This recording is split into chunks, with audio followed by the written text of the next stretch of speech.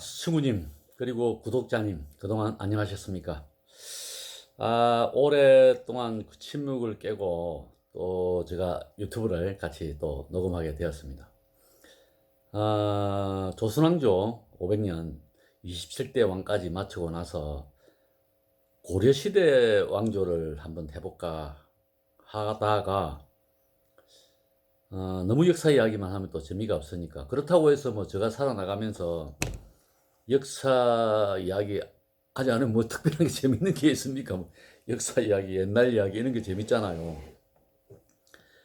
그래서 이제 생각하다가 제가 제일 공부하고 싶은 곳은 불교 쪽입니다. 그래서 제가 뭐 저는 어릴 때부터 교회를 다녔기 때문에 그 기독교인이면서 정작 우리 조상들이 믿었던 불교 2000년 동안 이어오면서 불교 역사가 과연 어떠한 것이길래 그렇게 종교라는 거는 또 시작이 있고 끝이 있고 이런데 그 유럽 쪽이나 서방 쪽으로 가면 기독교 이쪽으로 좀 세력이 많이 있지만은 불교가 우리 민족에게 끼친 역사가 어떤 것인가에 대해서 공부를 많이 좀 하고 싶었습니다.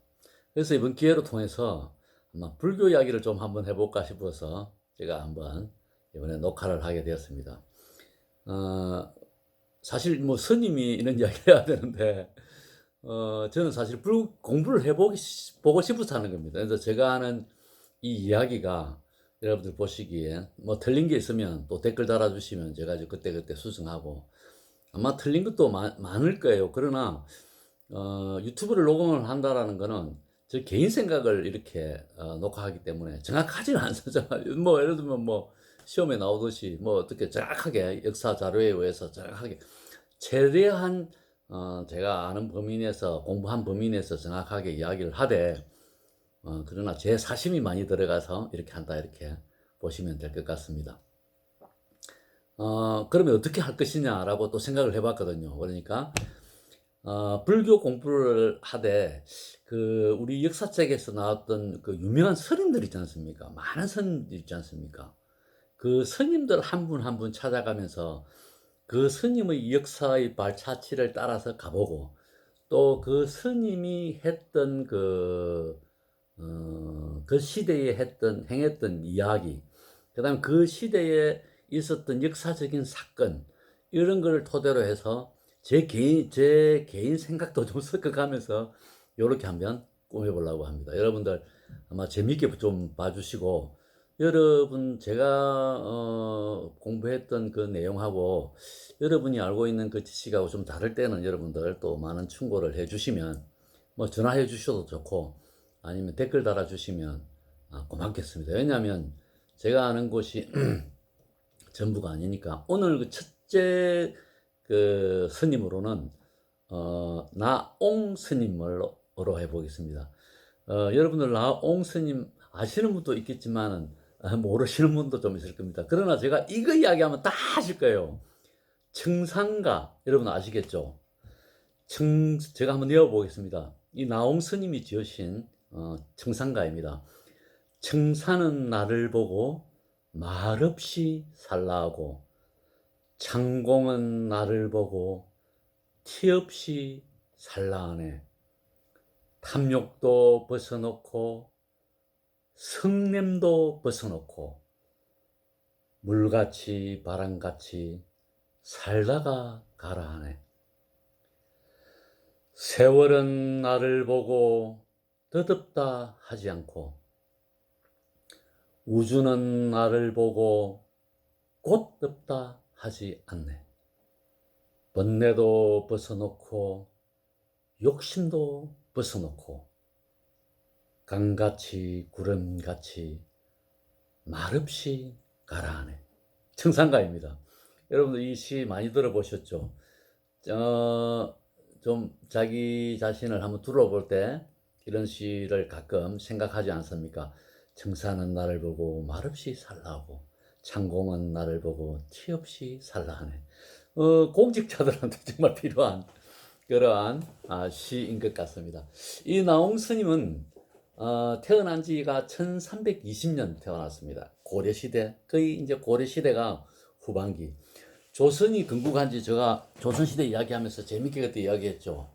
1392년 조선시대 이성계가 나라를 창건했지 않습니까? 그러니까 1320년이면 이제 서서히 고려 왕조 500년이 서서히 이렇게 망가져가고 있는 그 시기가 되는 것 같습니다.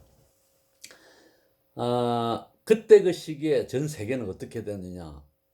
1300년 때는 여러분들 잘 아시다시피 징기스칸 몽고군이 전 세계를 지배하고 있을 때입니다.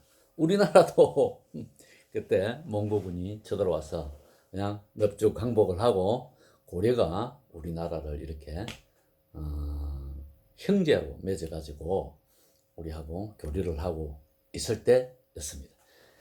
나홍 스님은 경북 영천 경북 영덕에서 태어났습니다. 영덕 그 바닷가 있지 않습니까? 예쁜 바닷가에서 태어났는데 고려 시대에는 어떤 분이 선임을 했는가 하면 돈 많은 자제분들이 선임을 했습니다. 좀 아이러니하죠. 고려 시대는 두 가지 출세길이 두 가지가 있었습니다. 한 길은 강가에 시험을 쳐서 공무원이 되는 방법이 있고 한 방법은 선임이 되는 방법이 있었습니다. 그래서 공무원이 되면 공무원이 됐다고 뭐 이렇게 강가에서 땅도 주고 이렇게 공무원 월급도 줬고 또 선임이 되면 선임 됐다고 또 이렇게 했습니다. 그래서 그 불교 국가였습니다. 고려 국가가. 그래서 귀족들이 주로 많이 선임이 된 그러한 시기였다. 이렇게 보면 되겠습니다. 그래서 선임한다 그러면 오 출세하러 가네 이렇게 고려시대에 생각했을 수가 있겠습니다. 고려시대에 제가 나중에 이제 신라시대 그 선임들도 이야기하겠지만은 고려시대는 그나마 또 한 1000년 정도 그러니까 불교가 우리나라에 진례된 지가 한 1000년 정도 지난 시기였습니다. 1000년이면 어마어마한 세월 아닙니까? 여러분들 100년 하면 그나마 좀 짧나 이리 싶은데 1000년 하면 상당히 좀 길죠. 그래서 이제 우리나라가 불교 문화가 많이 이렇게 자리를 잡고 이렇게 있을 시대에 영덕에서 출생했는데 나홍의 친구가 20살 때 친구가 아주 친한 친구가 돌아가시게 됩니다. 그 죽음을 못 깨가는 거죠. 젊은 시기에 죽음에 대한 이렇게 돌아가시면 상당히 충격을 좀 받습니다. 상당히 친한 친구나 예를 들면 자기 형제나 부모나 이런 사람들이 딱 돌아가시면 상당히 이렇게 충격을 받는다 그래요. 이제 나홍도 그때 상당히 충격을 받았습니다. 그래서 야, 사람은 왜 죽어야 하느냐? 그럼 죽으면 어디로 가느냐? 그렇게 고민을 하게 됐습니다. 그래서 또 그 이후로 아버지가 돌아가시게 되었습니다. 그 아버지는 공무원이었는데요. 화급관리였습니다. 그러니까 좀 못 살았습니다. 못 살았고 나홍은 자기 어머니가 세금을 이렇게 내는데 세금을 좀 늦게 내는 모양이에요. 그래서 강가로 이렇게 잡혀가다가 이제 세금을 안 내면 이 강가로 옛날에 잡아가서 뭐 내라고 독촉을 하고 뭐 이렇게 쓰고 뭐 언제까지 낼래 뭐 이런 식으로 했나 봐요. 그러니까 강가로 잡혀가다가 나홍을 낳았다고 그럽니다. 그래서 좀 그러니까 공무원이면서 좀 가난한 모양이에요. 요새도 뭐 공무원들 보면 월급도 그리 많지 않지 않습니까? 그래서 공무원들 보면 다 그렇게 부자로는 안 살죠. 그 시대에는 아마 더욱더 아마 그랬는 모양입니다. 이 공무원들 중에서 나쁜 공무원 이렇게 뇌물도 많이 받고 이런 공무원들은 잘 살았지만은 보통 헛갈리는 상당히 살기가 힘들었던 모양입니다. 예, 그래서 이제 그런 중에 어머니에게 제가 이제 스님이 되겠다고, 성녀가 되겠다고 이렇게 하니까 집에서 허락을 해주고 이제 성녀를 하러 떠나죠. 20세 때 이제 처음에 나홍 스님은 문경의 묘적암이라는 곳에 처음으로 거기 가서 이제 스님 생활을 하게 됩니다. 그러면서 삶이 뭐고 죽음이 뭐고 이렇게 고민을 많이 하고 또 거기에 대한 의문을 많이 품고 열심히 공부에 전념했습니다. 그러다가 여러분들 이제 우리가 이 회암사 이야기가 아마 우리 스님들 제가 이야기하면 회암사 이야기가 많이 나올 겁니다. 회암사는 경기도 양주에 있는 폐사지인데요. 지금은 없습니다. 1500년 그때 맹종시대에 아마 거의 뭐 소실이 점점 이렇게 조선시대는 불교를 배척했지 않습니까? 그러다가 많은 절이 없어졌는데 그 당시에 없어졌는데 동남아시아 그러니까 제일 큰 절이었다 이렇게 역사책에 보고되기로는 그렇게 되어 있다고 합니다. 상당히 그 자료에 보면 문에 보면 큰 절이었는데 나중에 해암사에 대한 이야기는 나중에 한 번 더 하기로 하고 여러분들 그 해암사절에서 또 한 4년간 공부를 하게 됩니다. 거기에서 그 열심히 이렇게 굴 속에 들어가서 공부를 하게 되죠. 그래서 거기서 뭔가 깨달음을 얻는 모양입니다. 그래서 이제 얻고 이 사람이 좀 더 공부를 해야 되겠다 싶어서 중국으로 건너가게 됩니다. 그분이 중국으로 건너간 그 이유는 제가 봤을 때 아마 그 지공선사를 만나기 위해서 그렇지 않느냐 이렇게 싶어요. 지공선사는 그 인도의 그 왕자 출신입니다. 그 당시에 인도는 본래 불교가 코타마시타르다. 그러니까 불교가 인도에서 만들어졌지만 지금은 거의 불교를 믿는 사람이 그렇게 많이 없다 그래요. 그 인도가 이렇게 불교가 흥행했지만은 그 1200년 들어와서는 불교 말살 정책을 해가지고 거의 불교 그 성녀들이고 뭐 다 죽어버렸습니다. 불교가 거의 없었는데 그 길을 피해서 아마 중국으로 성녀님들이 많이 들어갔나 모아요. 그래서 그 지공선사라는 분이 그 법통을 이어가는 분이었던 모양입니다. 뭐 제가 법계, 법통 이런 거 잘 모르지만은 차츰차츰 공부는 해보기로 하고 저번에 훌륭한 지공선사 서성이었다 그분이 회암사를 창건을 했다고 합니다. 아마 그분이 한국에 오셔서 고려시대에 이리 와서 회암사를 짓지 않았는 처음에 이제 이렇게 터를 조성하고 이렇게 하지 않았느냐. 그래서 그분이 이제 나홍이 중국 베이징으로 가서 그때 원나라의 수도가 베이징이었습니다.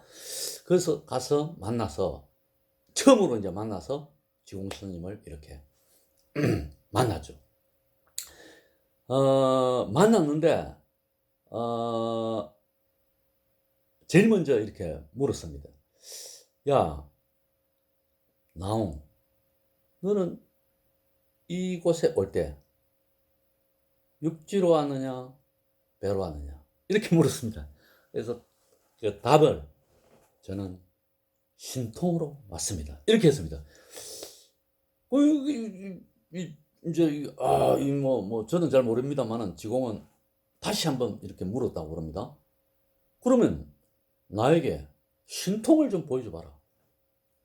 그러니까 지공을 손을 딱 잡고 이렇게 있었다고 합니다. 그럼 손을 딱 내리면서 이게 신통입니다. 그게 어떻게 신통이냐?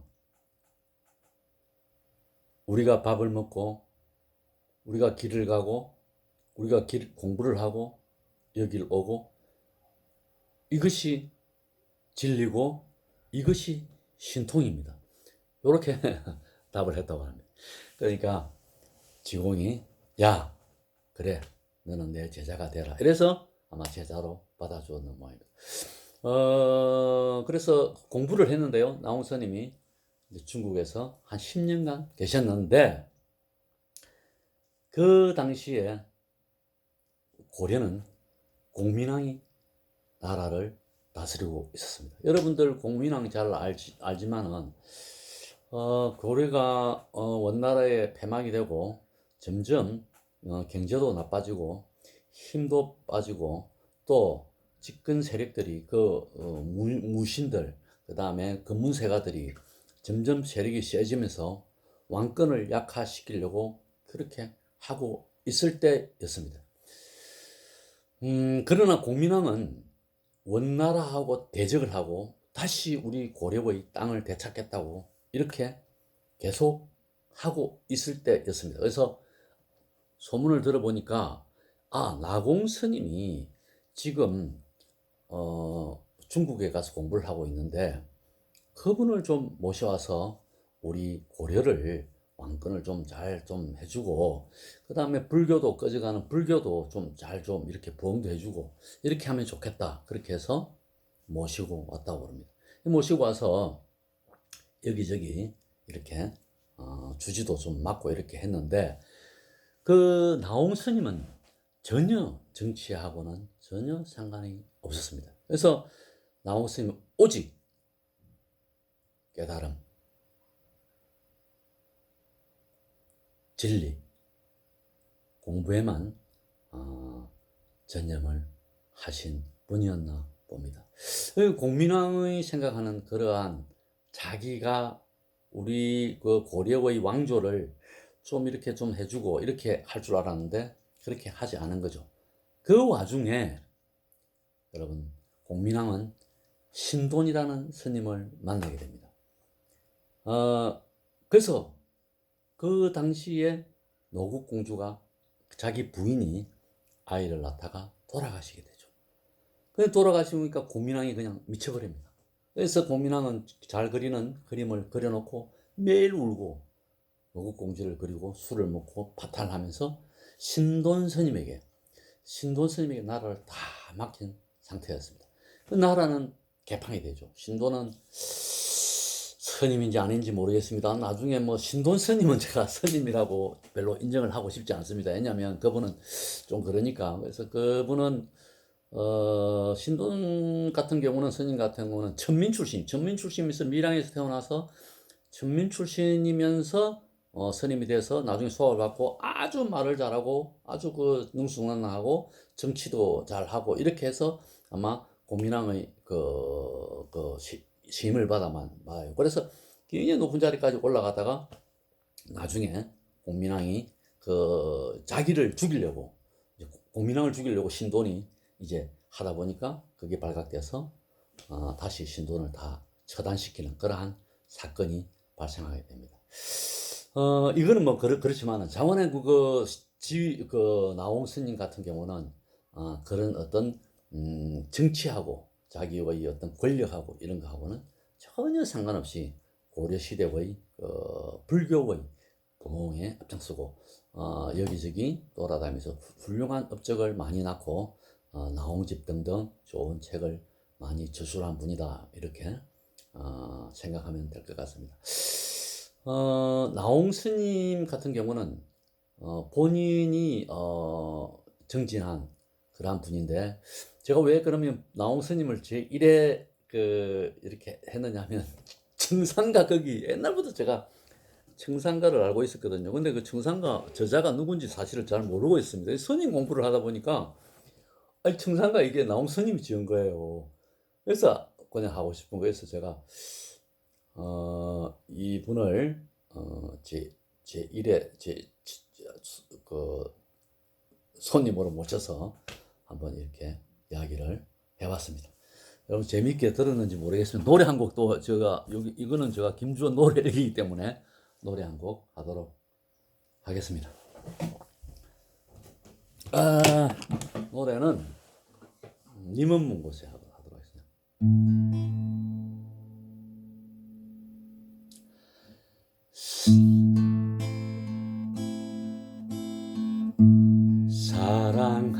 사랑한다고 말할 걸 그랬지 너니 아니면 못 산다 것을 사랑한다고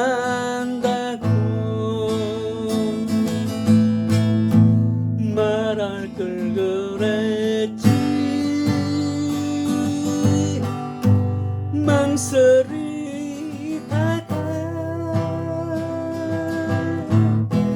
가버린 사람 마음 주고 꿈도 주고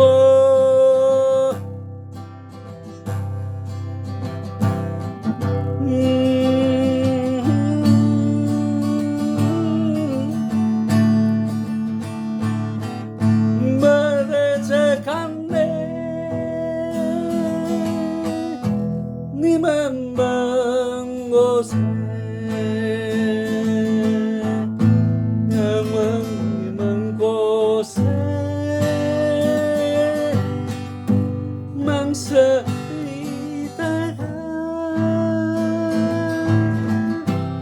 니만 먼 곳에